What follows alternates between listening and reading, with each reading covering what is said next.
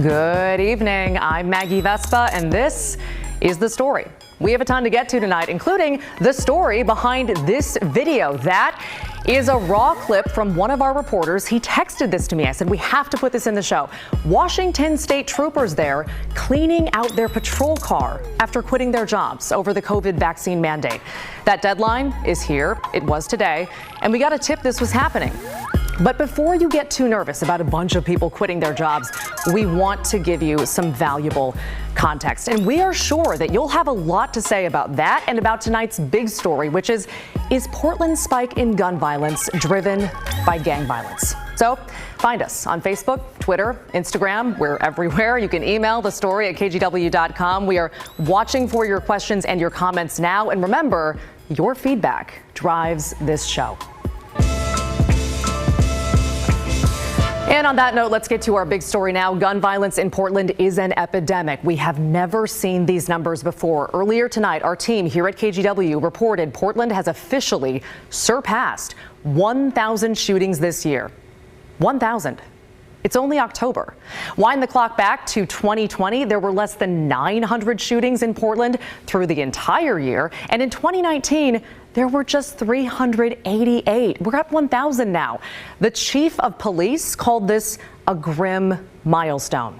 Sherry from Southeast Portland had another word for it. Well, I just think it's insane. I do. It blows my mind. And it blew my mind when I found out that there were shootings here. And I called my daughter. I said, it's at Mount Scott. Is that the park I walk my dog in? She goes, yes. I mean, it's just kind of rattling, isn't it? Yeah, it is. A little bit. It is, and I never would come at night, and because she's not a watchdog yet. KGW's Mike Benner there. So here on The Story and here at KGW, we are devoting a team to the gun violence epidemic with daily reports from Mike and others and deep dives into what's causing this deadly trend and what can be done to stop it. So tonight, Kyle Aboshi tackles this for us by answering a question that we get from a lot of you, including from Margaret. She emailed the story at kgw.com and she said, the increased numbers are not that important to me. Is it gangs that are shooting? Who is shooting? Margaret, great question. As Kyle Aboshi found, it's not that simple. To better understand Portland's gun violence, we've got to look beyond the headlines. Not only examine who's pulling the trigger, but why. So we hope to tackle this one question at a time, starting with this. Are these gang shootings? Police estimate roughly half the shootings in Portland are somehow connected to gangs. The other 25% are connected to crimes like robbery, road rage, or domestic violence. The last 25% of Portland shootings involve disputes within the homeless community, which is relatively new. But across the board, gun violence in Portland is way up, explained Lieutenant Ken Dulio of Portland Police. We've seen a dramatic increase in non-gang shootings. You know, in the last year and a half, there is an increase in all shootings. Gang shootings, non-gang shootings. It's hard to say just how many shootings are gang-related. In 2017, Portland Police stopped designating people as gang members, something that had been done for roughly 20 years, after concerns the labels disproportionately affected minorities and created barriers for those trying to shun the gang lifestyle. Additionally, police and prosecutors don't track motive and casual factors for shootings. Of the shootings we're seeing, how many of them are gang-related? That's a good question. If I had to guess, I would probably say, this is a rough guess, I would probably say half. Lionel Irving is a gang veteran. Gang veteran, yeah. Who spent nearly 15 years in prison. I had guns. He helped steer young men away from gangs at his nonprofit, Love is Stronger. Since the shootings today they scare me. Irving admits the dynamics of gang shootings have changed. These days, it's not uncommon for there to be multiple shooters, multiple guns, and lots of shots fired. These guys, the type of weapons that they have nowadays with 50 and 60 round drums, right? We just was running around with revolvers. Boom, boom, boom, 4, 5 shots, you out of there. Now these guys standing around shooting for a minute and a half. And it's so frustrating. And shooters aren't waiting for the typical tit-for-tat revenge. Instead, they're actively looking for rivals, explained Irving. even going after associates of gang members, not just known gang members. Right? It doesn't even matter now if you were somebody or active or not, you just be with the wrong guy. So that just creates a dangerous environment. Now everybody's walking around because it's so random, like, are you gonna shoot me? Oh, I'm not gonna shoot you. Okay, well, what's up there? Nice to see you. Experts have mixed ideas about what's causing this surge in gun violence in Portland and really major U.S. cities. Could be a lack of support due to the pandemic, easy access to guns, or mistrust of police. But one thing is clear, it disproportionately affects people of color. It's like it's not even real, you know what I'm saying? Seneca Alexander lost his 17-year-old son after a shooting in August. It's not clear if the shooting was gang-related or something else. It's a public health epidemic with them killing each other. Like, I don't understand how money is not being thrown at this problem. Despite rising gun violence, Portland city leaders slashed the police budget last year. And a specialized unit, the Gun Violence Reduction Team, or GVRT, was disbanded after criticism that it disproportionately targeted people of color. They dismantled like everybody wanted them to, and now we got shootings everywhere. Now, police are trying to create a new team of uniformed officers to spend more time on the street. But after 6 months, the team hasn't been formed, and some people are growing impatient with city leaders. Decisions need to be happening, right? We did enough talking. If we still talking about what we're gonna do, we're not gonna do nothing. It's all flabbergasting. It's like Charlie Brown's best friend. Wah, wah, wah, wah, wah. It's not making no sense. We need action. As for solutions, well, that's another question, and one we hope to explore. Because Portland's gun violence is complex and goes far beyond gangs and retaliation. That was Kyla Boshi there. So we have reported the city of Portland has tried several things to try and stop the shootings. You heard about some of it there.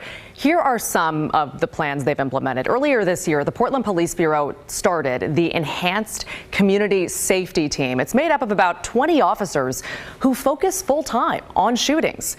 Police have also gotten help from the FBI, and that partnership, called the Metro Safe Streets Task Force, gives PPB extra officers and overtime money, as well as access to federal investigative resources. Plus, an FBI agent now responds to every potential gang shooting, and they go after people suspected of being involved in more than one shooting.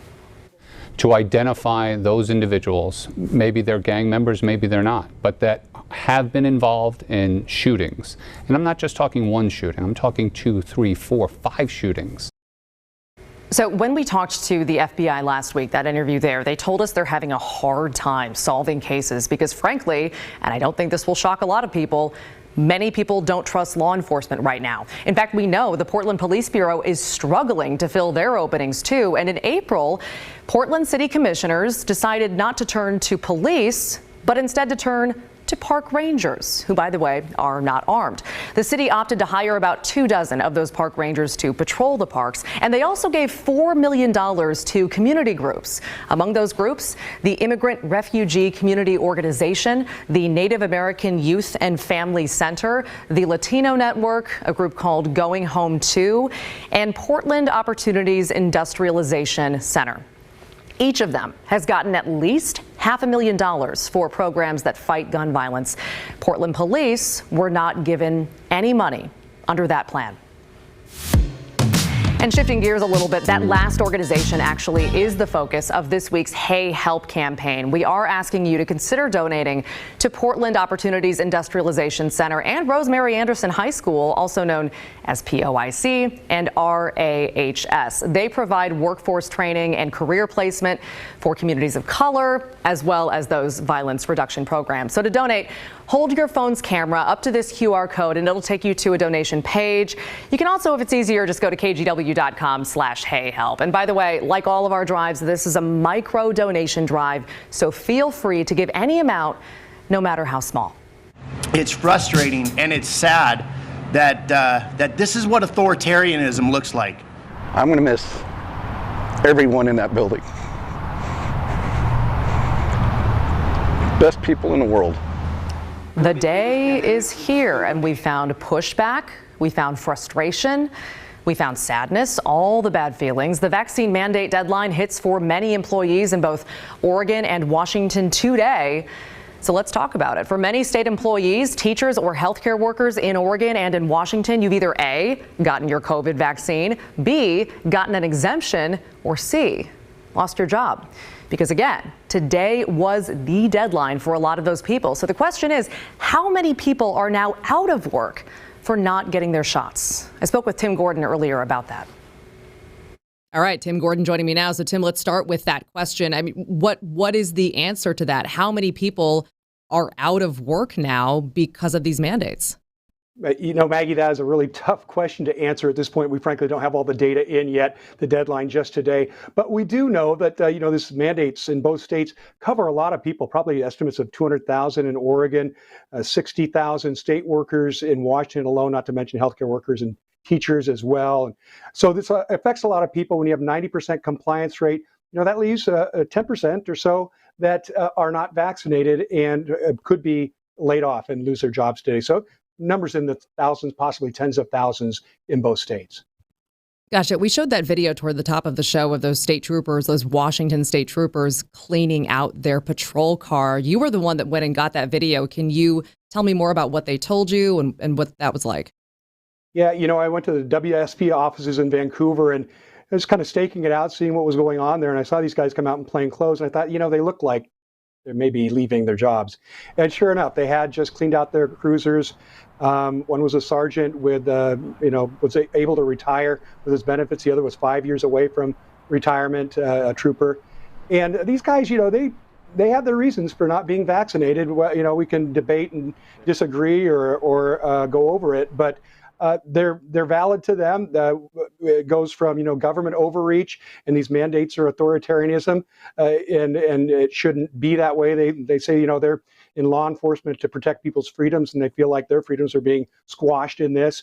And for one of the troopers, it was also a religious belief, very against abortion, and feels that any type of fetal cell science that's involved in these vaccines and developing them is a problem for him. So they had the reasons, but they gave up their careers for the Washington State Patrol. I mean, and they tell me they're not the only ones. They said that, they have 75 trooper spots in Southwest Washington, 5 counties down here.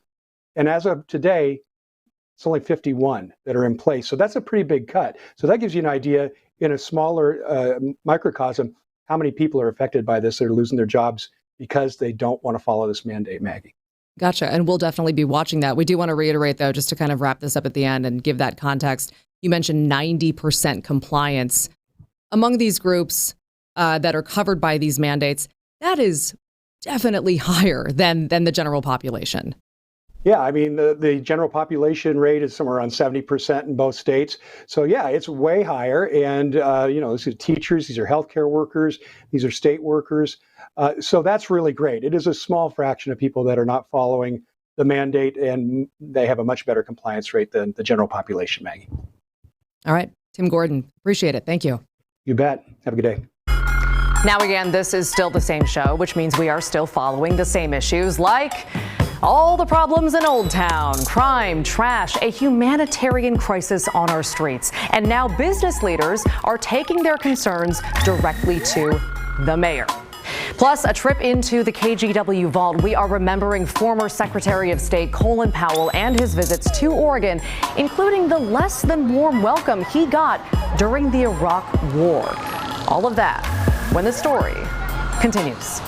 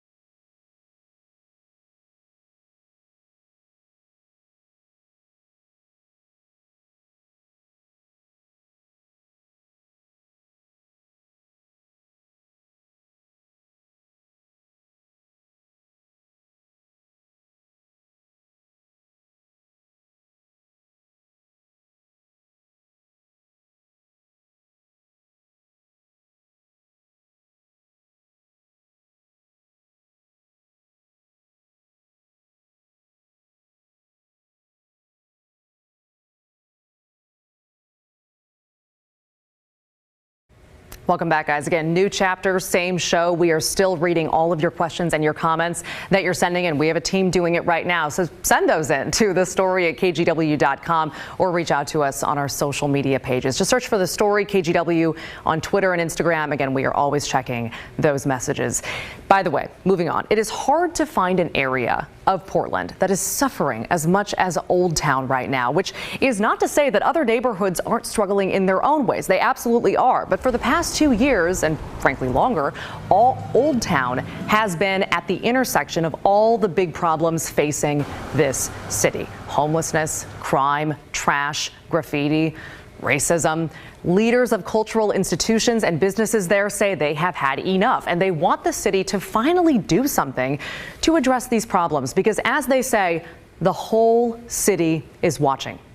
They sent a letter last week to city and county commissioners listing their concerns about safety in Old Town and demanding that commissioners meet with them this week. Well, it worked. Elizabeth Nye, who you just saw there, she's with the Lansu Chinese Garden.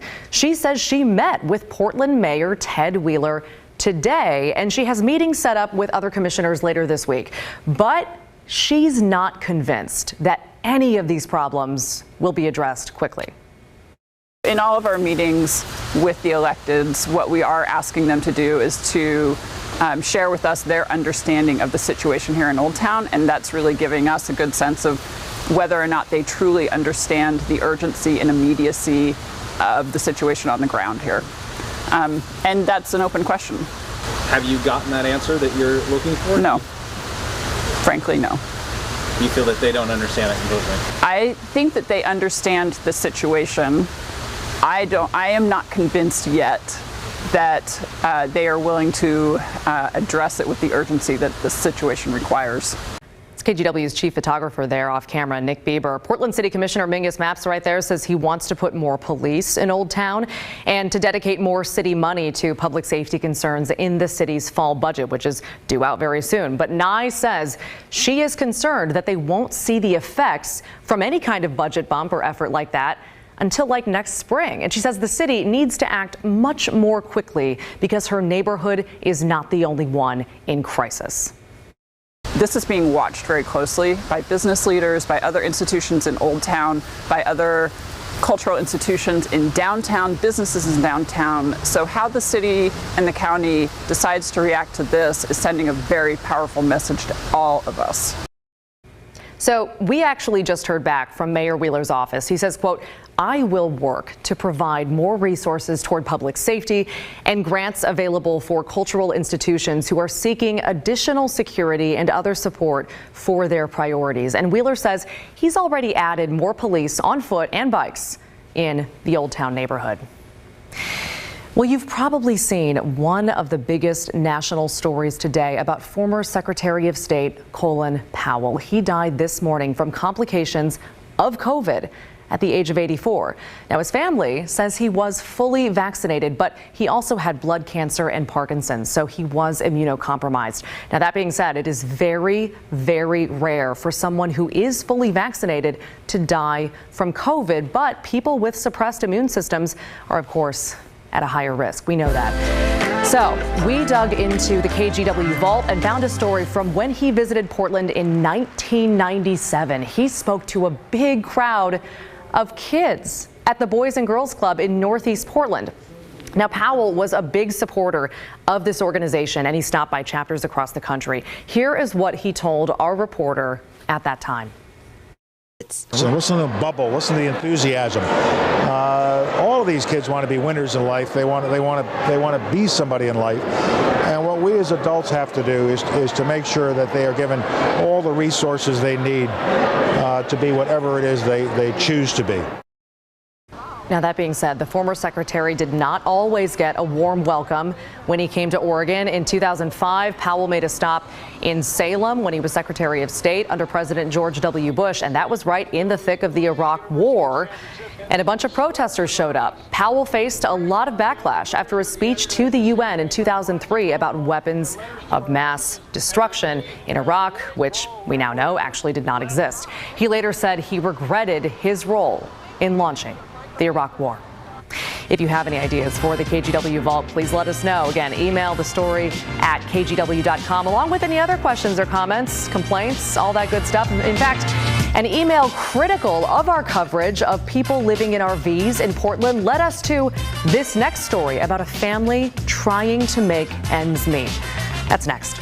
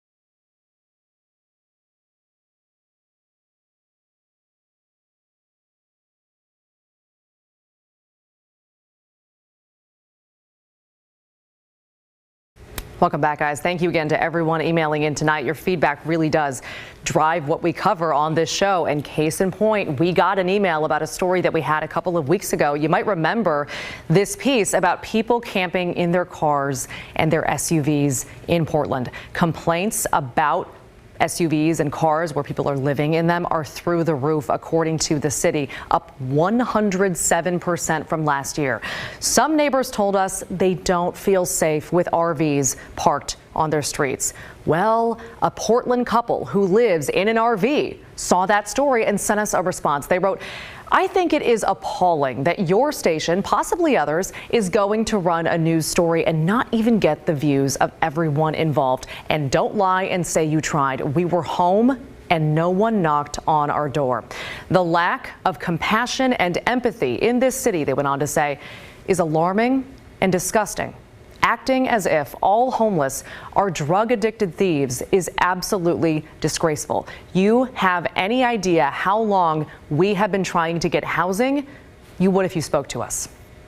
Well, our reporter Christelle Kumwe saw that email and decided to speak to that couple. Their names are Benjamin and Lynn. Here's their story. All right, ready? Just like any other 4-year-old, William Krasowski is excited about Halloween. I'm a human being. Yes, all dressed up in a costume, ready for the big day. I'm a dinosaur. The family has a pumpkin in front of their home. That's one. Just like most people do this time of year. A vampire pumpkin. Every day is kind of struggle. But most haven't experienced what Benjamin and Lynn Krasowski are going through. People don't even ask, care about our story. They just see the RV and they assume that they know your story. This has been home for the family for about 4 years. People forget that we are human beings just like them. We're just in a rough spot. The couple lost their apartment when a roommate left unexpectedly. At the same time, Benjamin could no longer work because of a medical condition. They ended up on the street with a then 4-month-old William. We just have been finding spots like around the Portland area. Certain spots where they weren't always welcome. Yelling things, you know. Druggies, thieves, like just assuming that we're just like causing crime, and it's really hurtful actually that people just judge you just because we're just a family trying to raise our son. It's in trying a rough to get back spot. on our feet. The couple caught a break about a year ago when Lynn found a full-time job as a bartender. Things were going great for about 9 months, but then the pandemic hit. She lost her job and the restaurant closed for good. We both were just like at a breaking point. They worked small jobs, but nothing has been enough to get them out of the cycle of houselessness. Both of us, like, we talked about it and we were just like, we just need to go to school, like, to better our family, to get us into a better situation, and hopefully along the way, you know, we can get into a place. She's a student at American College of Healthcare Sciences, and Benjamin is going to Portland Community College. In an RV, by the way, when libraries aren't open. It's very difficult. Very difficult. The couple now hopes for compassion and a little humanity as they strive to give William a better life. It's all for him. He definitely is our why. Every day. I mean, look at him. Christelle Kumwe, KGW News. Keep those questions and those comments coming. We'll be right back.